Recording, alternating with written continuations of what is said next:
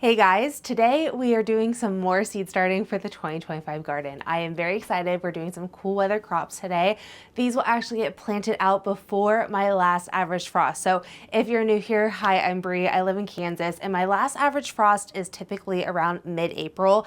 These are going to get planted in my garden right around mid to end of March. So today I am getting started some broccoli, cabbage, some lettuce, and I'm also doing spinach today, which I typically do not start inside. If I've ever started it inside, I don't recall. It'd probably be at the beginning of my gardening journey, but we're going to be starting some spinach inside today because typically that is one thing I really have an issue with when it comes to roly-polies. They just devour the young spinach seedling, and typically I haven't been getting much spinach, and I really want to have some spinach in the freezer and also freeze-dried and things like that. So I want to get some of those started as well, and I think there's also a few other things. We'll see exactly what I have in my seed container here. The only thing I have started so far for the 2025 year outside of garlic outside are these onions, which these will get planted out in the garden the second week of March. So these really don't have too much more time downstairs. These are currently 6 weeks old, I believe. I started them the last week of December, which I have trimmed them a few times. And this year I initially thought I was gonna try to not trim them at all, but they were starting to tip over, and I just noticed that they are a lot stronger trimming them a few times, but I'm not gonna trim them as much as I have in previous years. Once I plant these outside, they won't get trimmed at all. I'm experimenting with a few things with onions this year, but those are the only things started so far, and today starts like our seed starting season. We have seed starting in the upcoming 8 weeks, every week, every few weeks. So we have a lot going on. So my plan is to soil block mostly everything today. And when I soil block, I like to use these 10-20 trays that I line with mesh trays here. This allows the soil block to sit nicely on top. That's currently how I have the onions. And both of these trays are from Bootstrap Farmer, which I would like to thank for sponsoring today's video. I bought my first trays in 2021 and I have not looked back. Their seed starting equipment is probably my favorite. Their trays are really strong and durable. I still have those original trays and I have never had one break. If you're looking for nursery pots, I really love their 3.3 inch pots. I find these to be the perfect size for my peppers and tomatoes. If you do need a pot, they do have 5-inch pots, but they also make these inserts for their trays, which honestly is complete game changer for the nursery pots because they don't tip over. Not to mention, it makes my life significantly easier when I'm walking up and down the stairs, and I have a sturdy seedling tray. I also use a bunch of other things in the garden as well, such as the melon cradles for my cantaloupe trellis and also the cloth grow bags. If you want to make your life easier during this year's gardening season, go check out Bootstrap Farmer at bootstrapfarmer.com/Bree. I will also have that linked down below. Thank you so much, Bootstrap Farmer, for sponsoring today's video. So like I was saying, I'm going to do some soil blocking today, and when I'm doing any type of seed starting, one thing I like to keep on hand is painter's tape. This allows me to just rip off a little bit of painter's tape and I put it on the side of my seedling tray, and it comes off a lot easier than anything else would. I'm not going to be starting anything too crazy today. I'm going to be starting the Bell Star broccoli that I really enjoy. I'm also going to be doing the Paris Island romaine, which is a staple in my garden as well. One thing I want to do a little bit differently with the lettuce this year is I think I'm going to sow out probably like 10 to 12 initially, and then here in another week or two, like I'll be starting all of my peppers next week. Maybe I'll start like another succession of lettuce then, because all of my lettuce will just mature otherwise. And I think last year I planted like 16 initially, and I just remember swimming in lettuce. The lettuce for me is really tricky because it will start to bolt the moment we really start to get warm. Lettuce here feels like a very short season crop for me because even when I do it in the fall, sometimes we just stay a little too warm and then it ends up bolting on me. So maybe I just need to do a few successions of that in the fall as well. But I also have a golden acre cabbage. I have giant winter spinach, and then I also have a butter fillet spinach, which is also supposed to be pretty high yielding. I have some collards, and then also some kale. So I'm not going to be starting terribly too much today, maybe like a tray and a half as far as soil blocking goes. But I have my soil in this container here. I do need to go buy some more soil. I have not bought any since I want to say November, and I need to go get some because what I have is currently what I have in here, which should be enough for today, but I do have some water here beside me, and this soil is pretty moist at the moment, so I'm not going to add too much to it. But when I squeeze it, when I'm making like a soil block for this, I do want to make sure it has enough water and it kind of drips a little bit, that the soil holds together. So I'm not going to add anything to this currently. There are already worm castings in here. And then whenever I am doing any type of seed starting, I'm just using organic potting soil. So nothing too crazy here, pretty simple. You'll see some people will have like full on like seed starting like mixes and things like that. And I've never really found it all that necessary, to be honest, especially because most of the time organic potting soil has a handful of those things that they're talking about, like perlite, and this one has a kelp meal, and it also has worm castings, but I do add a little bit more worm castings and things like that, just to give your like plants a little bit of nutrients right in the beginning. You'll see I do a lot of soil blocking because it is just very easy. You have a lot less things you have to clean up at the end of like seed starting season. If you've never seen a soil blocker before, this is what a soil blocker looks like. This is a 2-inch by 2-inch block, and when you are making your soil blocks, one thing I like to do is really push down, get that soil in there, push against that tub to really pack in that soil. And then I'm gonna take my hand here and pack in that soil to anywhere I need. And you might be able to tell how wavy that is. Like some of these didn't have as much, and that really helps make sure that the block you are making and creating is as solid as it can be. So I'm just gonna go in one more time, give it a nice little shake, and that looks pretty good. When I first started soil blocking, I thought it was so tedious, but through the years of doing it, it is very much my preferred way of doing just seed starting in general.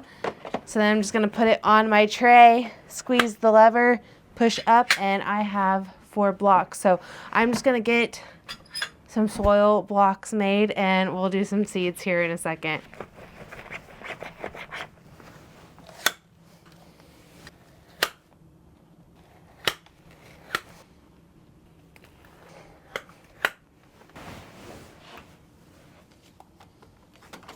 So I think for the cabbage and maybe like something else, I'm gonna try these 4 cells.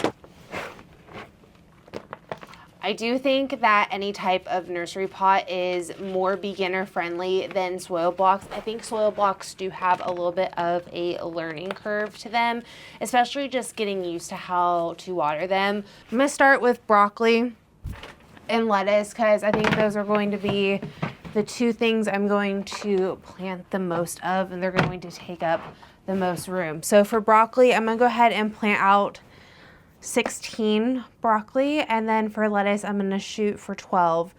So broccoli, lettuce, that gives me another 8 over here. I think I'm only going to do, I might do 8 cabbages, but that's where I might throw the cabbages in these little nursery pots. So because I think I need to do more than 8 spinaches.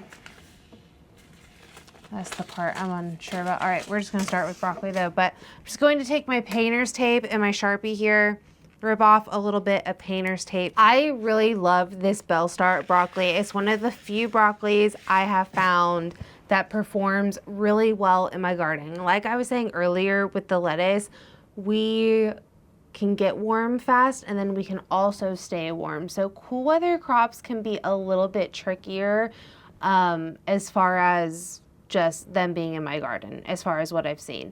but I have found a few varieties over the years that I've liked more. For example, there's been broccoli in my garden that I will plant in the same time frame that I'll be planting this, completely go to seed. And I've never had that issue with the Bell Star in the spring or in the fall. So it is supposed to be more of a stress resistant variety, and it's the one broccoli I've gotten heads from, like really decent heads of broccoli, and it's just one of those varieties I have really liked, and I have just continued to grow because it's really performed well for me. I'm just gonna lay a few seeds per block here, and I'm going to press them in and put a little bit of soil on top. Over the years, I have found that I really like using a humidity dome during that first 1 to 2 weeks just to really help with germination. It really helps with the soil not getting really dry, especially because I have fans going, because I typically want that first layer of soil to get dry to where I don't have like any type of issue when it comes to that. But when it comes to seed starting, you really want to make sure that that soil is staying nice and moist for you. So it is just really nice to have.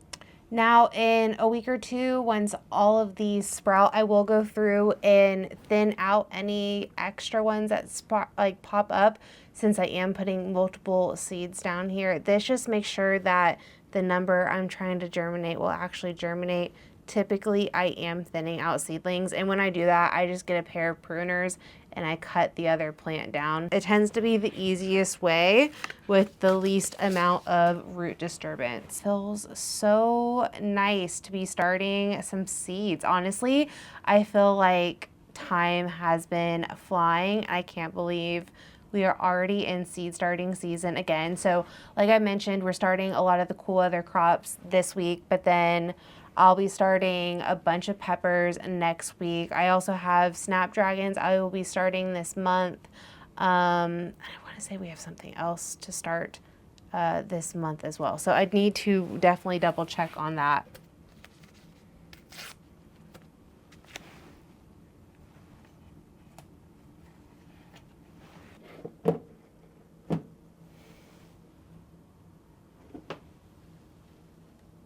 So I'm really excited to play around with this one variety. I did not realize this until I was just sowing it out. So this butterfly spinach, it's supposed to also be resistant to bolting. So that's going to be really exciting, because typically whenever I do end up having spinach that germinates and doesn't get bombarded by the roly-polies, it tends to bolt. It's just one of those crops at the moment it gets hot. Spinach really doesn't like that. So that is going to be a really interesting variety, and we'll also see just how they do with starting them inside. I also plan to start some more spinach outside. I have plenty of seeds. I just wanted to see how those would do. But a few weeks ago, I did ask you guys if you guys wanted to talk a little bit more about succession sowing, and a lot of you guys did comment that you guys were very interested in that. So I wanted to break down succession sowing today as well. So let's jump into that right now. Okay, so I'm gonna give you an example from my garden last year. I think it's kind of helpful to kind of see exactly what something can do. So my garlic is harvested typically that first week of June, and that's a big gap in the garden. Last year, that was 2.5 garden beds, and at that point, I still had roughly like 135 days, I believe, before my first average frost. So that is plenty of time to still be able to plant out a second wave of things. So what I did was I planted corn in one bed, okra and zucchini in another, and then I had up-potted pepper plants downstairs here in my seed starting room that I did in May. We were already in June at this point, so they were living an extra month down here that I planted out in that half space. And that is why I really like having these bigger pots here, because what I did was once I planted out all of my peppers that first week of May, I up-potted any that I didn't plant, because typically I'll plant 1 to 2 extras of each variety just in case like one doesn't do well, or for instance like this, I just keep them in case something does happen. Like we have had a fluke hailstorm before, and weather in Kansas is crazy, so to have extra plants is just kind of a little bit of an insurance policy in my opinion. So I up-potted those peppers and I planted those out, and I still got a really good harvest out of those peppers at that point.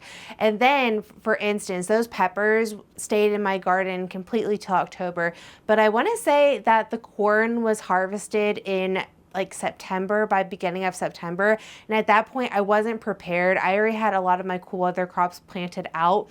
But I could have planted out like another wave of broccoli there, lettuce there, or things like that. So you can see how that one area got 2 to 3 different waves of crops. And that's really helpful if you're growing in a smaller space like I am, just because you can really get a lot of bang for your buck. So some plants that might live in your garden the whole time can be melons, your loofah, some bean varieties. A lot of pole beans will stay in your garden the whole time, but a lot of bush beans are pretty quick to do their one wave and then call it quits. But tomatoes, peppers, things like that. And then some other things that you can typically get multiple waves out of are lettuce, broccoli, carrots, potatoes. So you really just got to take a tally of what you want to grow, and then also find out exactly the days to maturity, and that will kind of give you an idea of when you might be harvesting these things out of your garden. And then you can see exactly just the time frames that might allow you to actually plant something. So another thing you got to consider though is the spring and the fall time with cool weather plants, because typically you can get those out a lot sooner, or they can stay out in the garden a lot longer. I still have broccoli in my garden right now from last year, and I mean, we have had snow. I've showed you guys the snow. We've been really cold and it is still trucking outside. I had carrots up until December. I'll be planting carrots in March. So you can see, if you really just dive deep into this time right now and really plan out your garden. So this next year when I harvest my garlic, I am fully planning on planting corn and okra and peppers again. My onions come out of the garden that first week of July, and at that point what I did last year was I left that spot blank for about 3 to 4 weeks, and then I planted out some fall crops. One thing I really liked to do in the beginning as I was learning succession sowing is I really liked to keep just a pack of bush beans on hand, because bush beans are a 55 to about 65 days till maturity. So typically, if you harvest something out of your garden, you can just put some beans in the place and you should get some beans out of it. That was one of those things I really enjoyed doing in the beginning, because succession sowing was just so over my head for so long. So some other shorter varieties, sweet corn. So sweet corn can take roughly like 65 to 70 days. Some of your other varieties like a dry corn, any type of popcorn, that's going to take a lot longer because those things need to dry on the plant. You're also looking at zucchini. Zucchini's a really quick one, roughly 65 days. Cucumbers are quick, 50 to 70 days. And also okra is another quick one, roughly like 55 to 60 days. And then there's some really quick cool weather crops as well. So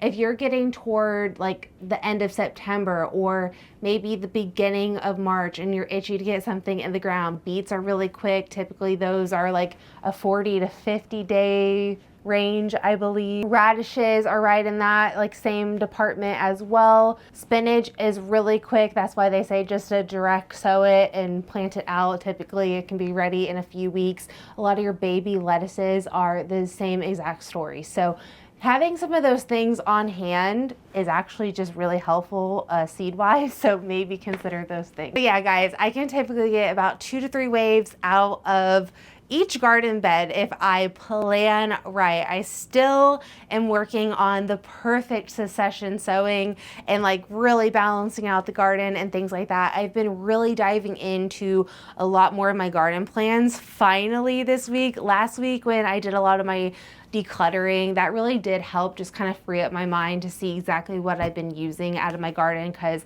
I really got to move things around this year and prioritize certain areas. Like I have really good sunlight areas and I want some of my better crops to be in those areas and things like that. But yeah, at this point we are going to be into full on 2025 gardening season, which honestly is so crazy. I'm so excited to be starting a bunch of different seeds from here on out, which is super cool. But I think that's where I'm going to end today's video here. If you guys have any questions about succession sowing, please leave them down below. And thank you again to Bootstrap Farmer for sponsoring today's video. I'll link a few other videos you might be interested right here, and I will see you guys all in the next one.